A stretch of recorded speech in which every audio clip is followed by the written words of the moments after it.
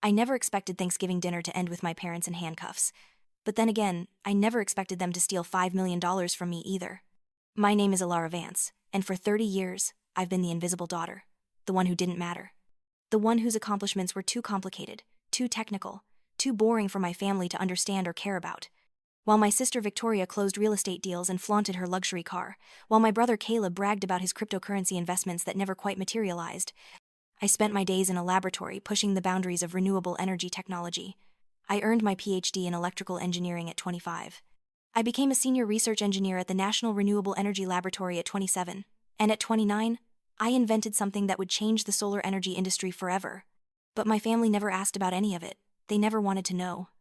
The air in my parents' house that Thanksgiving evening was thick with the usual mixture of cooking oil, expensive perfume, and condescension. I had driven 3 hours from my apartment near the lab to this sprawling suburban home in the outskirts of Chicago, knowing exactly what awaited me. The same script we'd performed for years. My father Richard would talk about business opportunities he'd missed. My mother Eleanor would fuss over Victoria and her designer clothes. Victoria would make backhanded comments about my simple jeans and cardigan. Caleb would monopolize the conversation with stories about digital assets and blockchain technology he barely understood. And I would sit there, quiet, trying to make myself smaller, trying not to exist too loudly in a space where I'd never been welcome. The dining room was decorated with Eleanor's signature excessive touch. Orange and burgundy linens, an elaborate centerpiece of gourds and candles, fine china that came out once a year. Victoria sat across from me, her blonde hair perfectly styled, her makeup flawless, checking her phone every few minutes. Her husband Robert, a hedge fund specialist with cold eyes and a colder demeanor, sat beside her in a tailored suit that probably cost more than my monthly rent. Caleb sprawled in his chair, his button-down shirt barely containing his ego. Dinner began the way it always did. Richard carved the turkey with grand, performative gestures, holding court at the head of the table. Eleanor served side dishes while offering compliments to everyone except me.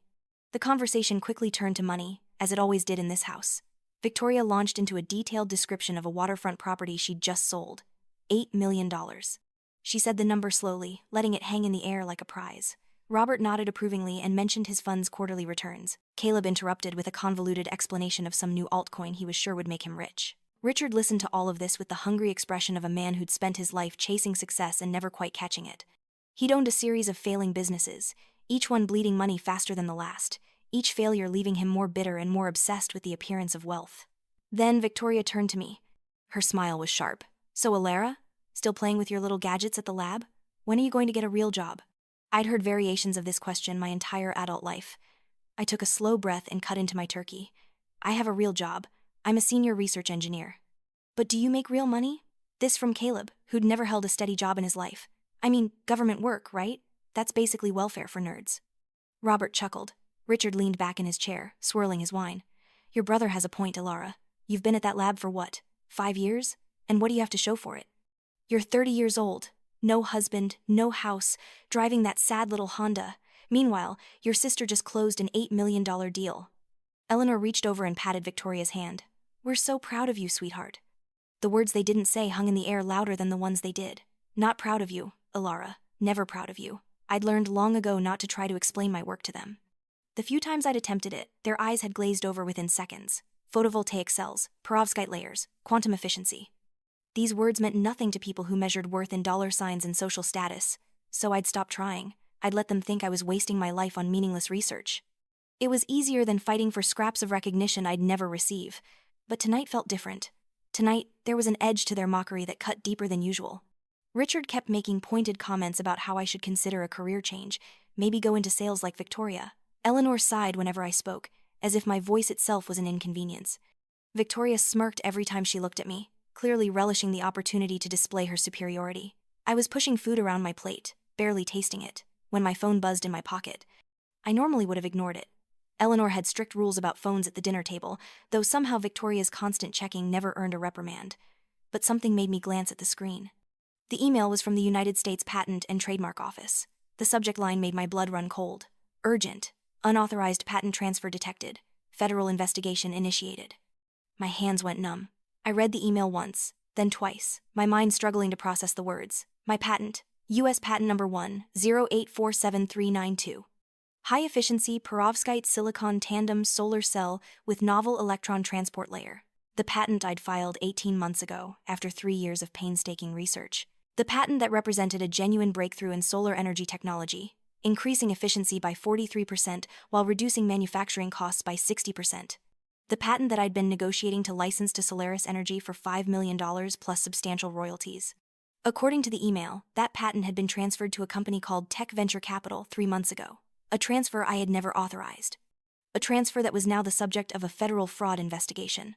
I felt something crack open inside my chest. Not sadness, not shock, something colder and harder. Clarity. I looked up from my phone and saw my family as if for the first time. Really saw them. Richard, with his expensive watch and his failed business ventures, always scraping for money. Eleanor, who'd never worked a day in her adult life but constantly complained about financial stress. Victoria and Robert, with their luxury lifestyle built on commissions and market speculation. Caleb, perpetually broke, perpetually scheming. And me, Alara Vance. Dr. Alara Vance, though they'd never once acknowledged my PhD. The daughter they'd ignored, dismissed, belittled. The daughter whose bedroom they'd cleaned out last year, donating my old books and papers to make space for Eleanor's craft room. The daughter whose patent documents they must have found during that cleaning. The realization settled over me like ice water.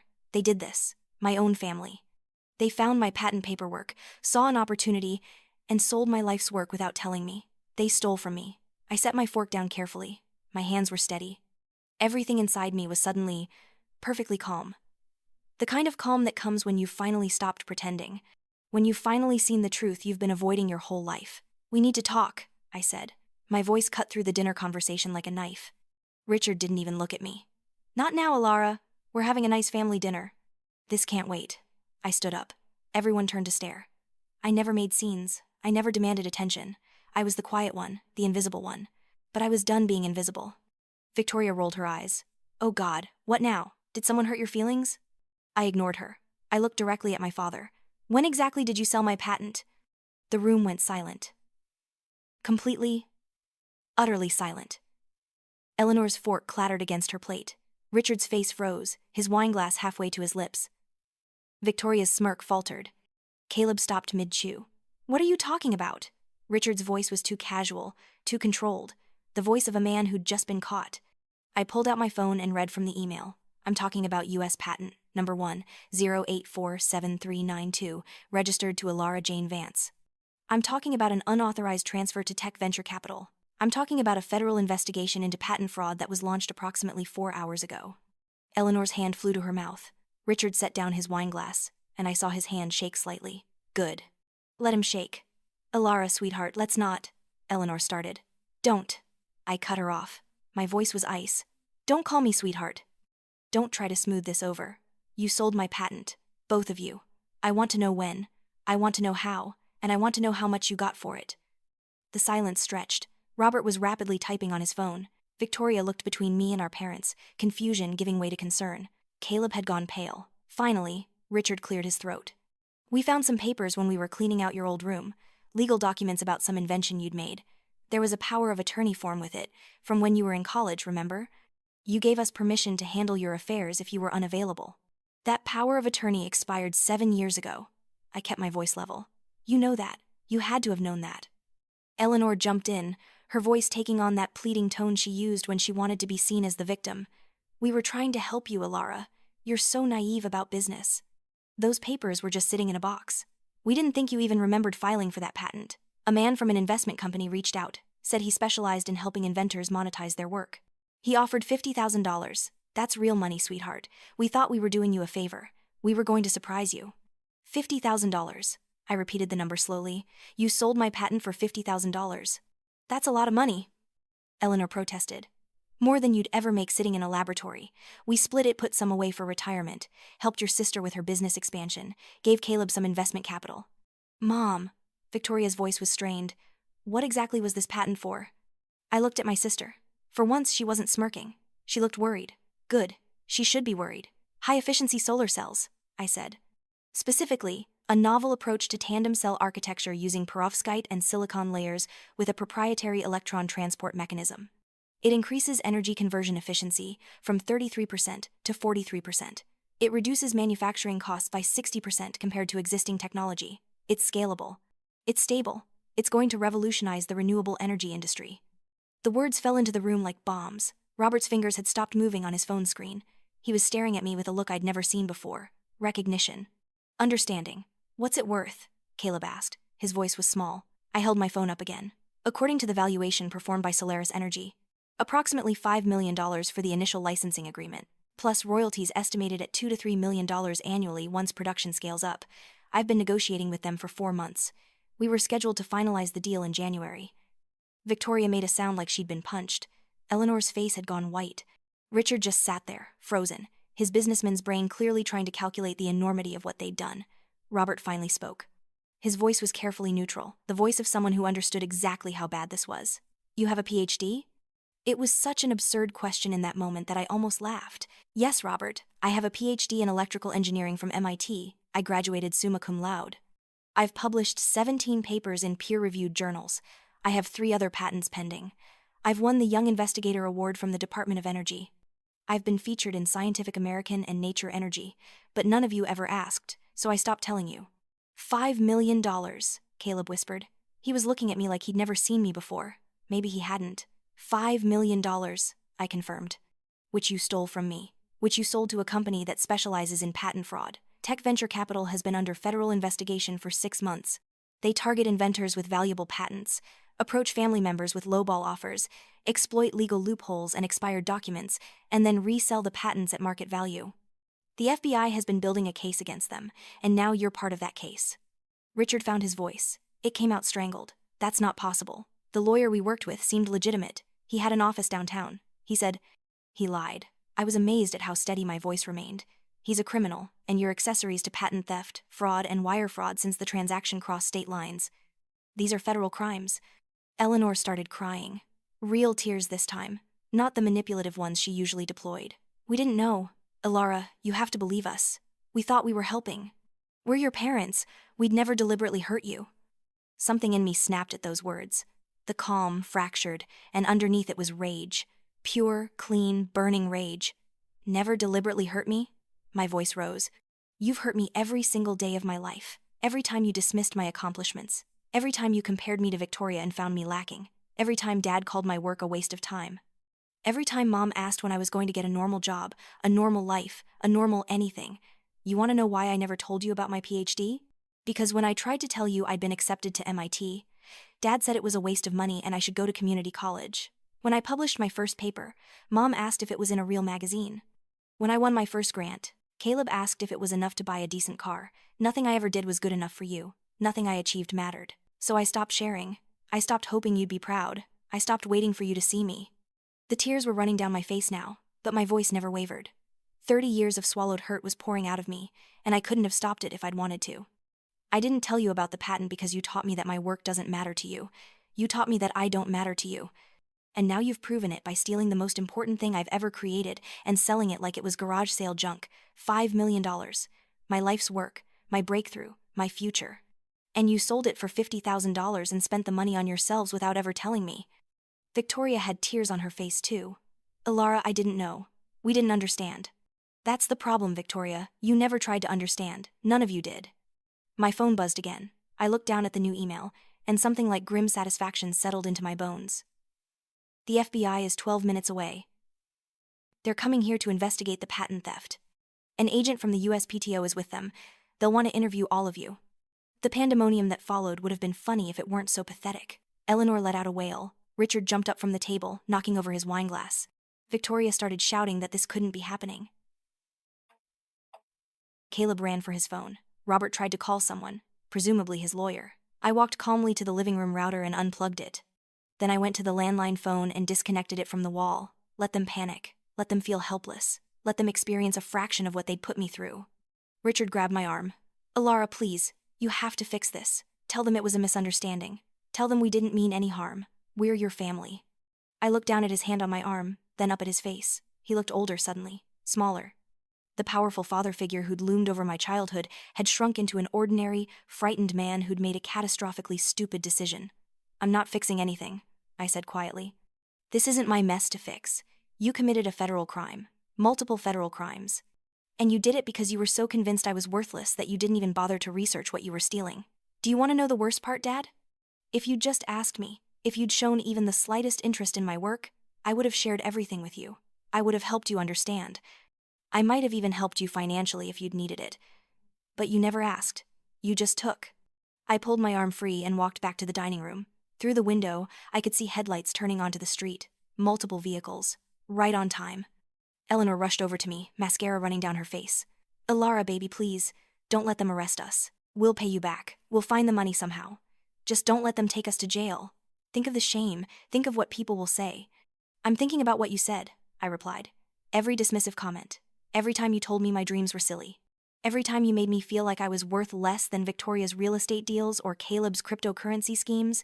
Every time you chose them over me. I'm thinking about all of it." The doorbell rang.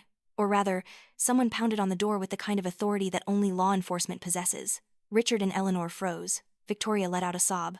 Robert's face had gone gray. I walked to the front door and opened it. 4 people stood on the porch. 2 men in FBI windbreakers, 1 woman in a dark suit with a USPTO badge clipped to her belt, and another man who introduced himself as Special Agent Martinez. Behind them, I could see 3 black SUVs parked in the driveway and street. "Dr. Vance?" Agent Martinez asked. He was in his 40s, Latino, with sharp eyes that took in everything. "Yes." I stepped aside. "Please come in. My family is in the dining room." They filed past me with professional efficiency. I followed them back to where my family stood clustered together like criminals in a lineup, which, I supposed, they were. Agent Martinez surveyed the scene, then turned to me. "Dr. Vance, I'm Special Agent Martinez with the FBI. This is Special Agent Patel, Patent Investigator Harrison from the USPTO, and Assistant U.S. Attorney Chen. We're investigating the fraudulent transfer of U.S. Patent 10847392. Are Richard and Eleanor Vance present?" "That's my father and mother," I pointed. They looked like they might faint. Investigator Harrison stepped forward. She was a woman in her 50s with silver hair and an expression that suggested she'd seen every kind of fraud imaginable and was unimpressed by all of it. "Dr. Vance, can you confirm that you are the sole inventor and patent holder of record for patent 10847392 and that you did not authorize its transfer to Tech Venture Capital?" "That's correct. I never authorized any transfer. I wasn't even aware the transfer had occurred until I received your email about 90 minutes ago. And can you identify the individuals who executed the unauthorized transfer?" This was it, the moment where I could still back down, where I could try to protect them, minimize the damage, play the dutiful daughter one more time. I looked at Richard and Eleanor. They were staring at me with desperate, pleading eyes, begging me silently to save them. I thought about $5 million. I thought about 3 years of research, 16-hour days, countless failures before the breakthrough. I thought about the global impact my technology could have. I thought about every time they'd made me feel small, every time they'd chosen my siblings over me, every time they'd dismissed my dreams. "My parents, Richard and Eleanor Vance," I said clearly. "They found my patent documents when they cleaned out my old bedroom last year. They used an expired power of attorney to transfer the patent to Tech Venture Capital in exchange for $50,000, which they kept for themselves. They never informed me of the transaction." Eleanor collapsed into a chair, sobbing. Richard's mouth opened and closed, but no words came out. Special Agent Patel pulled out handcuffs. The sight of them made everything suddenly, viscerally real. Victoria screamed. Caleb backed away. Robert pulled out his phone, probably calling his lawyer again. "Wait." Richard finally found his voice. "Wait, please. We didn't understand what we were doing. We thought it was just some old paperwork. We didn't know it was worth anything. This is our daughter. Surely she doesn't want us arrested. This is a family matter. We can work this out privately." Agent Martinez's expression didn't change. "Sir, this is a federal matter, not a family matter. Patent fraud, wire fraud, and conspiracy to commit fraud are serious crimes. Tech Venture Capital has been operating a sophisticated fraud scheme for 18 months. We've identified 23 victims and over $40 million in stolen intellectual property. Your actions made you part of a criminal enterprise." "We didn't know," Eleanor wailed. "We didn't know we were working with criminals." Investigator Harrison pulled out a tablet and showed them something. "This is an internal email from Tech Venture Capital's server, which we obtained through a warrant. It's from the agent who contacted you, describing patent 10847392. He estimated its market value at $4.7 million. He specifically noted that the patent holder appeared to have limited family support and that her parents seemed responsive to a quick cash offer. They knew exactly what they were doing. And they exploited your willingness to sell your daughter's work without her knowledge." The room went silent. Even Eleanor's sobbing stopped. They'd been played, used. But so had I. The only difference was that they'd chosen to betray me. Richard Vance, Eleanor Vance. Agent Patel stepped forward with the handcuffs. You're under arrest for conspiracy to commit patent fraud, wire fraud, and theft of intellectual property. You have the right to remain silent. Anything you say can and will be used against you in a court of law. You have the right to an attorney. If you cannot afford an attorney, one will be provided for you. The next few minutes were surreal. My mother crying hysterically as Agent Patel cuffed her hands behind her back. My father arguing, then pleading, then finally going silent as the reality sank in. Victoria screaming at me that I was destroying the family. Caleb standing there with his phone in his hand, recording everything, probably already thinking about how to spin this on social media. Robert on the phone with a lawyer, speaking in low, urgent tones. And me, standing there watching my parents being read their rights, feeling nothing but a strange, cold satisfaction. Agent Martinez turned to me after my parents were secured. Dr. Vance, we'll need you to come to the field office tomorrow to give a complete statement. We'll also need access to all your research documentation, correspondence, and any evidence of your negotiations with Solaris Energy. Of course, I have everything organized and backed up. I'll bring copies of all relevant materials. Will you be pressing charges? Assistant U.S. Attorney Chen asked. She was young, probably early 30s, with dark hair pulled back severely. The federal charges will proceed regardless, but if you want to pursue civil damages, we can coordinate with your attorney. I looked at my parents. Eleanor was still crying, doubled over in the chair, hands cuffed behind her. Richard stood straight, trying to maintain some dignity, but his face was pale and sweating. They looked small, defeated, old. Yes, I said. I'll be pressing full charges and pursuing maximum civil damages from both my parents and Tech Venture Capital. My attorney will contact your office tomorrow. Alara! Victoria lunged at me, but Robert caught her. How can you do this? They're our parents. They made a mistake. You're really going to send them to prison? I looked at my sister. She was beautiful and successful and had never spent a single day of her life questioning her value. She'd never been invisible. She'd never been dismissed. She'd never been the disappointing child. They stole $5 million from me, Victoria. They committed federal crimes. They violated my trust in the most fundamental way possible. Would you forgive Robert if he stole millions from you? Would you protect him if he betrayed you this completely? She had no answer for that.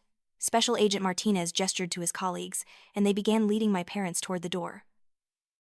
Eleanor was still sobbing, stumbling, barely able to walk. Richard moved mechanically, his face blank with shock. At the door, Eleanor turned back. Alara, please, I'm your mother. I love you. Don't do this. Those words should have moved me. For 30 years I'd been desperate to hear my mother say she loved me. But now, hearing them wielded as manipulation, as a last-ditch attempt to escape consequences, they meant nothing. If you loved me, I said quietly, you never would have done this. They took my parents away.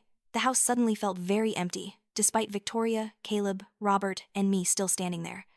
Investigator Harrison and Attorney Chen stayed behind, setting up what looked like a mobile evidence collection station on the dining room table. We'll need to search the premises, Harrison informed us. We have a warrant. We're looking for any documentation related to the patent transfer, communications with Tech Venture Capital, and financial records showing the receipt and distribution of the $50,000. The documents are in my father's office, I said. I'll show you. As I led them upstairs, I heard Victoria behind me, her voice shaking. You just destroyed this family, you know that, right? Mom and Dad could go to prison for years. For what? Money? You're willing to throw away your family for money? I stopped on the stairs and turned to look down at her. This isn't about money, Victoria. This is about 30 years of being told I don't matter. This is about being so invisible to my own family that you could steal my life's work and think I wouldn't care. This is about respect. This is about justice. And yes, if that means they go to prison, then they go to prison. You've changed, she said. There was something like fear in her eyes. No, I replied. I haven't changed at all. I'm still the same person I've always been. I'm still the daughter who spent her whole life trying to earn your approval. The only difference is that I've finally stopped pretending your approval matters more than my own self-worth. I continued up the stairs, leaving her with that. The rest of that evening passed in a blur of official statements, evidence collection, and legal procedures. I cooperated fully with everything, providing passwords to my parents' computers, pointing out relevant files, answering questions with calm precision. Investigator Harrison seemed impressed by my organization and documentation. Attorney Chen mentioned that my case was particularly strong because of the clear paper trail and the ongoing negotiations with Solaris Energy that demonstrated the patent's actual value. It was nearly midnight when they finally finished and left, taking boxes of evidence with them. Victoria and Robert had left hours earlier, Victoria throwing one last accusatory glare at me before storming out. Caleb had slunk away at some point, probably to his apartment where he could post about the drama online and play the victim by association. I stood alone in my parents' house. The Thanksgiving dinner sat cold and congealed on the table. A perfect metaphor for this family. The house was silent in a way it had never been before. Usually, there was always noise, always voices, always someone demanding attention. My phone rang. It was my lawyer, finally returning my emergency call from earlier. Alara? Patricia Sanderson's voice was sharp and alert despite the late hour. I got your messages, all 15 of them. What the hell is going on? I walked her through everything. The discovery, the confrontation, the FBI, the arrests. She listened without interrupting, which was one of the things I appreciated about Patricia. When I finished, there was a long silence. Well, she said finally, I've handled a lot of intellectual property cases, but I've never had one quite like this. Family makes it complicated. The optics are going to be brutal. The media will have a field day. Are you prepared for that? I don't care about the optics. You should care. This is going to get ugly, Alara. Your family will paint you as vindictive, cruel, ungrateful. They'll play up the parent-child angle. They'll make themselves look like victims who made an innocent mistake. Some people will side with them. You need to be ready for that. I thought about it. Really thought about it. Then I remembered the email from USPTO, the federal investigation, the systematic fraud. The $40 million stolen from other inventors. I'm ready, I said. They committed crimes, real crimes. This isn't about me being vindictive. This is about them facing consequences for their actions. If some people want to call me cruel for that, fine. I've spent my whole life caring too much about what people think of me. I'm done. All right then. I could hear Patricia's smile through the phone. I'll start drafting the civil suit tomorrow. We'll go after tech venture capital for the full value of the patent plus damages. And I hate to say it, but we should probably also pursue damages from your parents' estate. If they had $50,000 to split up, there might be other assets. Do it, whatever it takes to make this right. After I hung up with Patricia, I checked my email. There was a message from Dr. Michael Chen, my research director at the lab. He'd seen the news already. Apparently, the FBI had issued a press release about the tech venture capital bust, and someone had connected the dots to my patent. The message was brief but supportive. Take all the time you need. Your position is secure. And Alara, for what it's worth, I'm sorry this happened to you. You deserved better. There was also an email from James Peterson, the chief negotiator at Solaris Energy. Subject line, we stand with you. The email read, Dr. Vance, we've been following the news regarding the fraudulent transfer of your patent. First, let me express our complete support during this difficult time. Second, I want to assure you that our offer stands. Once the legal complications are resolved and the patent is rightfully restored to you, Solaris Energy remains committed to our original terms. $5 million for the licensing agreement, plus royalty structure as previously discussed. Your breakthrough deserves to reach the market, and we'd be honored to make that happen. Please don't hesitate to reach out if you need anything. I read the email 3 times. They still wanted to work with me, despite the legal mess, despite the family drama that was probably already spreading across social media. They still saw the value in what I'd created. For the first time that night, I smiled. I left my parents' house just after midnight. The street was quiet, the houses dark, everyone tucked safely in their beds with no idea that their neighbors had just been arrested for federal crimes. I got into my Honda, the car my father had mocked so many times, and I drove. Not home. Not yet. I wasn't ready for the emptiness of my apartment. Instead, I drove to the lab. My access card still worked, even at this hour. Security gave me a curious look but waved me through. The building was nearly deserted, just a few late-night researchers scattered through various departments. I went to my workspace, a corner of the advanced materials lab cluttered with equipment and covered in calculations. My work, my home, really, more than any physical house had ever been. I sat down at my bench and just breathed for a moment. Then I opened my laptop and started writing. Not a legal document, not a statement for the FBI, just thoughts, processing, trying to understand how I'd gotten here. I wrote about being a child, always second best, always the disappointment. I wrote about working twice as hard as my siblings for half the recognition. I wrote about the countless small cruelties that had taught me I was less valuable, less important, less worthy of love. I wrote about developing an identity entirely separate from my family, finding purpose in science because I couldn't find it at home. I wrote about the moment I'd received that first email from USPTO and the clarity that had followed. The sudden, crystal clear understanding that my family had never seen me as a person. They'd seen me as a resource, a tool, someone to be used when convenient and ignored when not. The sun was coming up when I finally finished writing. My phone had 14 missed calls. Victoria, Caleb, numbers I didn't recognize, probably reporters. I ignored all of them. Instead, I called my research director. Michael, it's Alara. I know it's early. but I wanted you to know that I'll be taking some personal time to deal with legal matters, but I'm not leaving the project. Actually, I want to accelerate our timeline. Once the patent is restored, Solaris Energy is still interested in licensing. I think we can have a prototype ready for commercial testing within 8 months instead of 12. He laughed. Alara, you were just arrested. Well, your parents were arrested. Don't you want to take some time to process? I've done nothing but process my family's dysfunction for 30 years, Michael. I'm done processing. I want to work. I want to change the world. And I don't need my family's approval to do it. Thanksgiving weekend passed in a strange blur. The story broke in the media exactly as Patricia had predicted. The headlines were sensational. Daughter has parents arrested over patent theft. Family Thanksgiving ends in FBI raid. $5 million betrayal. The patent case dividing America. The comments online were vicious and divided. Half the people called me a hero for standing up to family fraud. The other half called me heartless, cruel, vindictive. How could I send my own parents to prison? Didn't I understand they'd made a mistake? Family is supposed to forgive. Blood is thicker than water. I read every comment, every opinion, every judgment. And I felt nothing. Or rather, I felt free.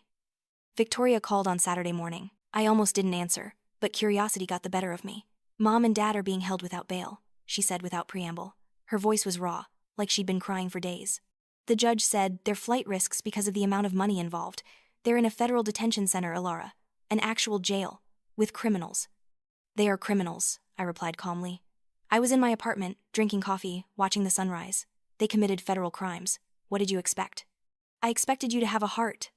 Her voice cracked. I expected you to remember that these are the people who raised you, fed you, clothed you, put a roof over your head for 18 years. And this is how you repay them? By holding them accountable for stealing $5 million from me? Yes, Victoria, this is exactly how I repay theft and betrayal. It wasn't personal. They didn't understand what they were doing. Not understanding doesn't make it less of a crime. And honestly, Victoria, that makes it worse. They valued me so little that they didn't even bother to learn what they were stealing. They just assumed anything I created couldn't possibly be worth much. There was a long silence. Then, quietly, what do you want us to do? Nothing. There's nothing you can do. They'll have a trial. They'll probably be convicted. They'll serve time. That's how justice works. Please. The word broke on a sob. Please, Alara, I'm begging you. Drop the charges. Tell the FBI it was a misunderstanding. Say you gave them permission. Something. Anything. I'll do anything you want. I'll apologize. I'll admit I was wrong about you. I'll never say another cruel word. Just please don't let them go to prison. For a moment, I almost felt sorry for her. Victoria had spent her whole life being the favorite, the golden child, the one who could do no wrong.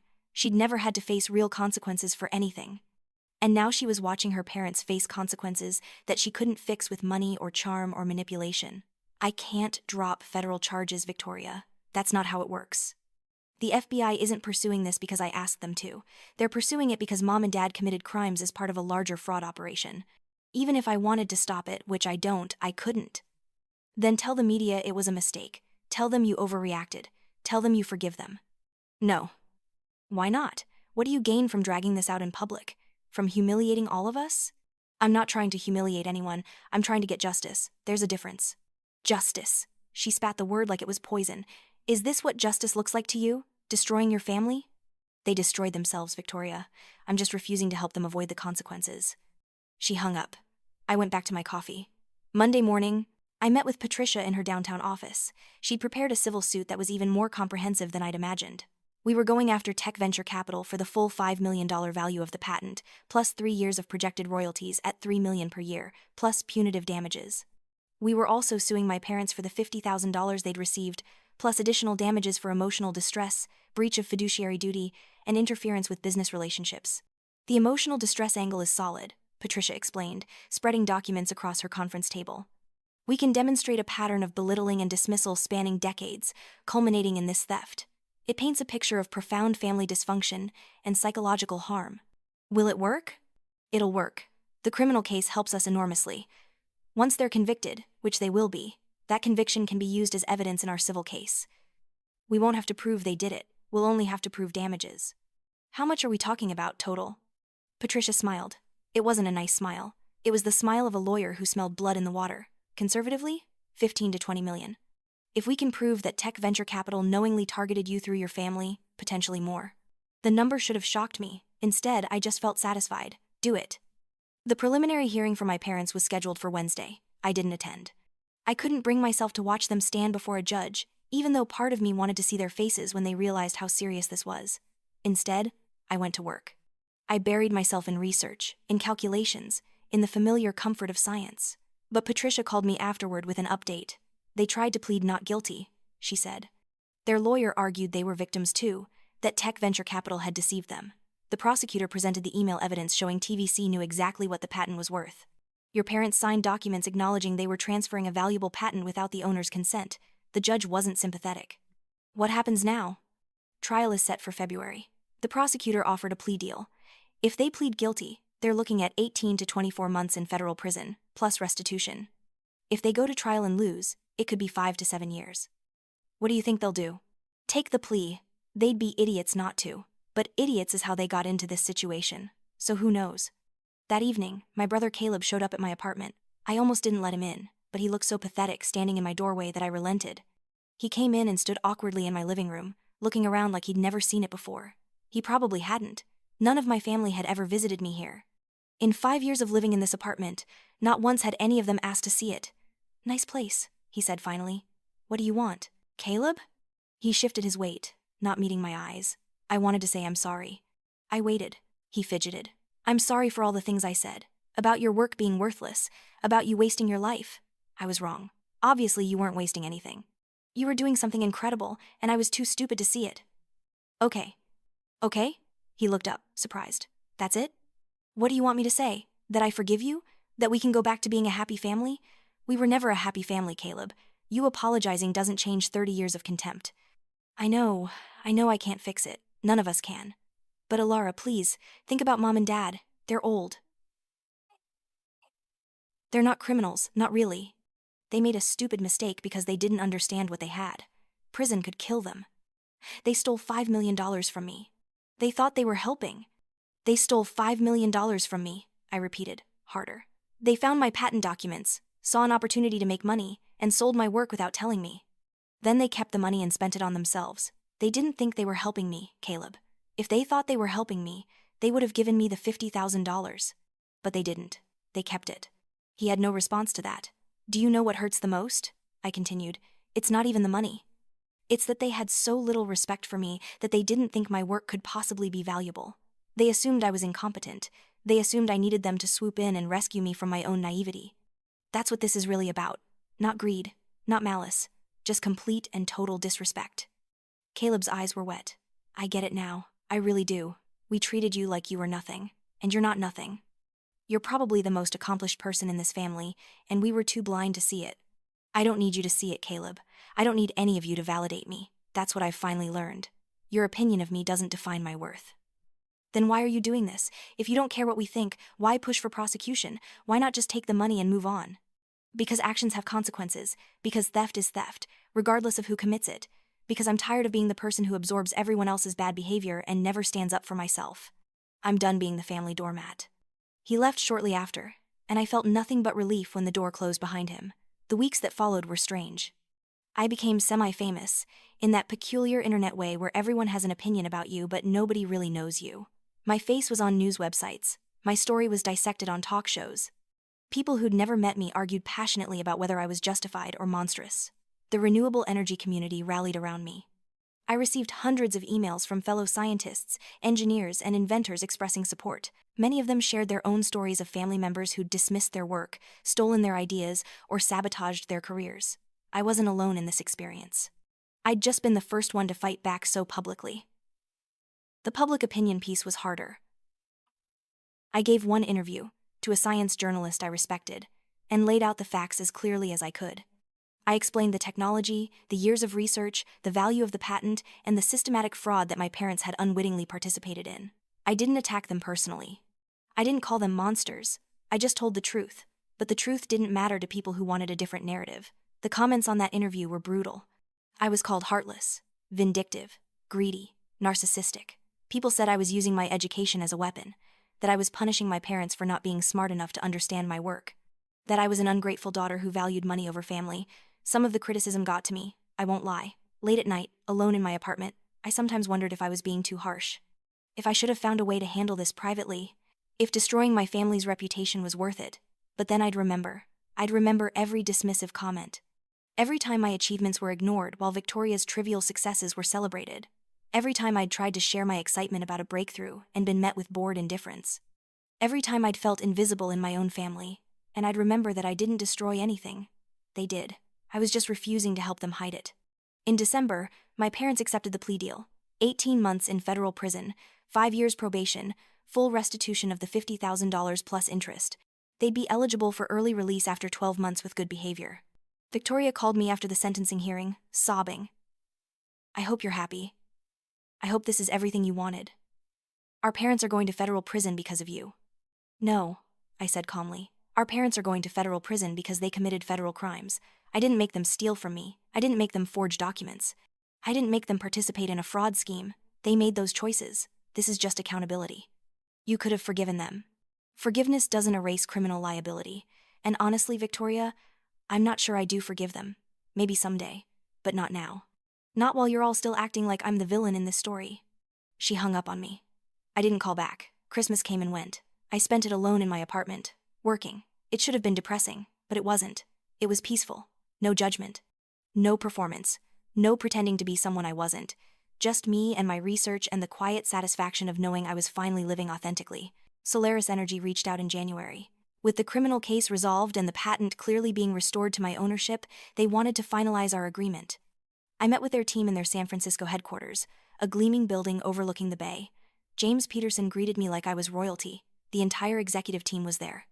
They'd prepared a presentation showing exactly how they planned to implement my technology, the projected market impact, the manufacturing timeline. It was everything I dreamed of when I first started this research. "Dr. Vance," James said at the end of the presentation, "your breakthrough is going to change the solar industry. We've run the numbers a dozen times. With your efficiency improvements and cost reductions, solar becomes competitive with fossil fuels, even without subsidies. That's game-changing. That's world-changing." "That was always the goal," I replied. "Make renewable energy so efficient and affordable that it becomes the obvious choice, not the idealistic one." "Well, you've done it, and we're honored to bring it to market." He slid a contract across the table. $5 million for the exclusive licensing rights, as promised. Plus a revised royalty structure that we think is even more favorable to you, given the projected scale. We're estimating $15 to $20 million in royalty payments over the first 5 years. I read through the contract carefully. Patricia had reviewed it beforehand and given her approval, but I wanted to understand every clause myself.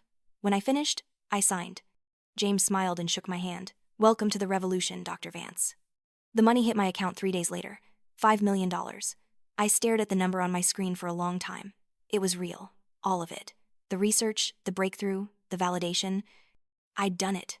Not because my family believed in me, not because anyone had supported me, but because I'd believed in myself enough to keep going. I paid Patricia her fees, which were substantial but earned. I paid off my modest student loans. I put a significant amount into retirement and investments. And then I did something I'd been thinking about for weeks. I established the Alara Vance Foundation for Young Scientists, a nonprofit dedicated to supporting researchers from unsupportive families. Kids who were told their dreams were worthless, people who'd been dismissed, belittled, or sabotaged by the very people who should have championed them.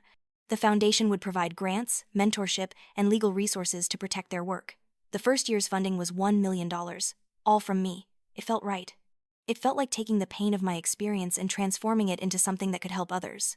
February brought the civil trial. Tech venture capital tried to settle, offering $7 million to make the case go away.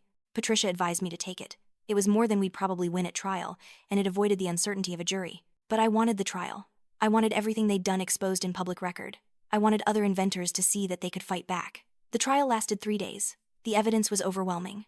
Internal tech venture capital emails showing they'd specifically targeted me because I was female, had a PhD, and appeared to have limited family support. Communications describing their strategy of approaching family members with lowball offers while hiding the true value. Financial records showing they'd resold patents for 10 to 20 times what they'd paid. I testified on the second day. I explained my research in terms the jury could understand. I walked them through the patent filing process, the negotiations with Solaris Energy, and the moment I discovered the theft. I showed them emails I'd sent to my family over the years, trying to share my work, always met with dismissiveness or silence. The opposing attorney tried to paint me as vindictive, as someone using the legal system to punish her family for not being smart enough to appreciate her. But Patricia destroyed that narrative on redirect. "Dr. Vance," she asked, If your parents had simply found your patent documents and asked you about them, what would you have done? I would have explained everything: the technology, the value, the negotiations. I would have been thrilled that they were finally interested in my work. If they'd needed money and asked you for help, would you have helped them? Yes, if they'd approached me honestly, I would have found a way to help. That's what family does. So this case isn't about punishing your family for not understanding your work? No, this case is about theft. They didn't ask. They didn't seek to understand. They saw an opportunity to take something of mine and profit from it, and they did. That's theft, regardless of the relationship. The jury deliberated for 4 hours. They found Tech Venture Capital liable on all counts and awarded me $14 million in damages plus the full restoration of my patent. The courtroom erupted. The TVC lawyers immediately began talking about appeals. Patricia just smiled. Outside the courthouse, reporters swarmed. I'd gotten better at handling them, more practiced at staying calm under pressure. Dr. Vance, how do you feel about the verdict? I feel vindicated. This case was never about revenge. It was about accountability and justice. Do you have any message for your family? I paused, considering. Then I looked directly at the camera. I hope they use their time in prison to reflect on how they got here. I hope they learn that respect isn't optional in relationships, even family relationships. And I hope other families see this case and realize that dismissing someone's dreams and accomplishments has real consequences. Do you think you'll ever reconcile with them? I don't know. That's not my focus right now. My focus is on my work, on bringing this technology to market, and on helping other young scientists who are struggling with unsupportive families. Whether my family and I can rebuild a relationship someday is something we'll have to figure out if and when they're ready to treat me with respect. The footage went viral. Opinion pieces were written. The debate raged on. But I stopped reading the comments. I stopped caring what strangers thought about my choices. I'd told my truth. I'd gotten my justice.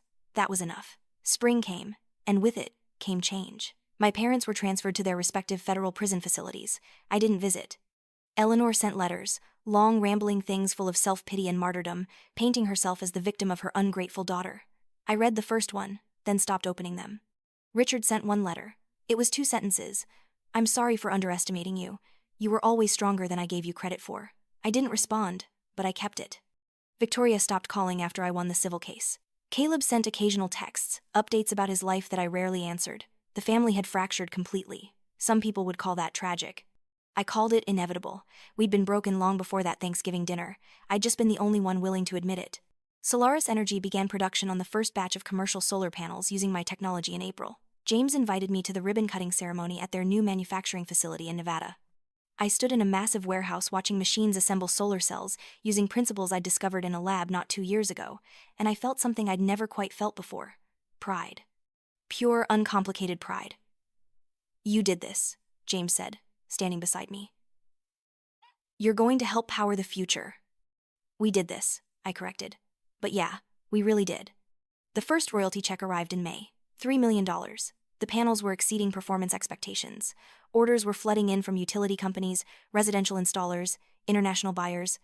My technology was going to be everywhere, on homes, businesses, power plants, converting sunlight to electricity more efficiently than anyone had thought possible. I was 31 years old. I had more money than I'd ever dreamed of. My work was changing the world, and I'd done it all without the support or approval of my family. Actually, that wasn't quite true. I'd done it despite their active opposition, despite their contempt, despite their theft. I'd done it because I'd finally learned that their opinion of me was irrelevant to my actual worth. Summer brought unexpected news. Victoria was getting divorced. Robert had apparently been having an affair for years, and the stress of the family scandal had brought everything to the surface. She called me for the first time in months, crying, asking if we could meet. I almost said no, but something made me agree. We met at a coffee shop halfway between our respective homes, neutral territory. She looked terrible. Her hair was unwashed, her makeup hastily applied, her expensive clothes wrinkled. This was not the polished, perfect Victoria I'd grown up with. "Thank you for meeting me," she said quietly. She couldn't meet my eyes. "What do you want, Victoria?" I wanted to say I'm sorry, really sorry, not because I want something from you, not because I'm trying to manipulate you, but because I've spent the last 6 months thinking about everything that happened, and I finally understand what we did to you.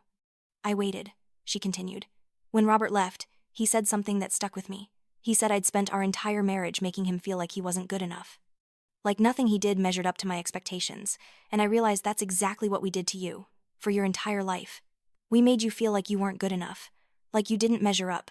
And when you finally proved us all wrong, instead of apologizing or celebrating you, we stole from you. She was crying now. Real tears, not the manipulative kind. I don't expect you to forgive me. I don't expect us to have a relationship. I just needed you to know that I get it now. I understand why you did what you did. You weren't being cruel. You were finally standing up for yourself after a lifetime of us tearing you down. I sipped my coffee, processing. What do you want from me, Victoria? Nothing. I just wanted to apologize, and to tell you that I'm proud of you. I know that doesn't mean much now, but I am. What you've accomplished is incredible. You're incredible, and I'm sorry it took something this catastrophic for me to see it. We talked for another hour. Really talked, maybe for the first time in our lives. She told me about her marriage, about how she'd built her identity on being perfect and successful and superior, and how hollow it had all turned out to be. I told her about the foundation, about the young scientists I was helping, about the satisfaction of turning my pain into purpose. When we left, we didn't hug. We didn't promise to rebuild our relationship, but we'd taken a first step towards something that might, someday, resemble mutual respect.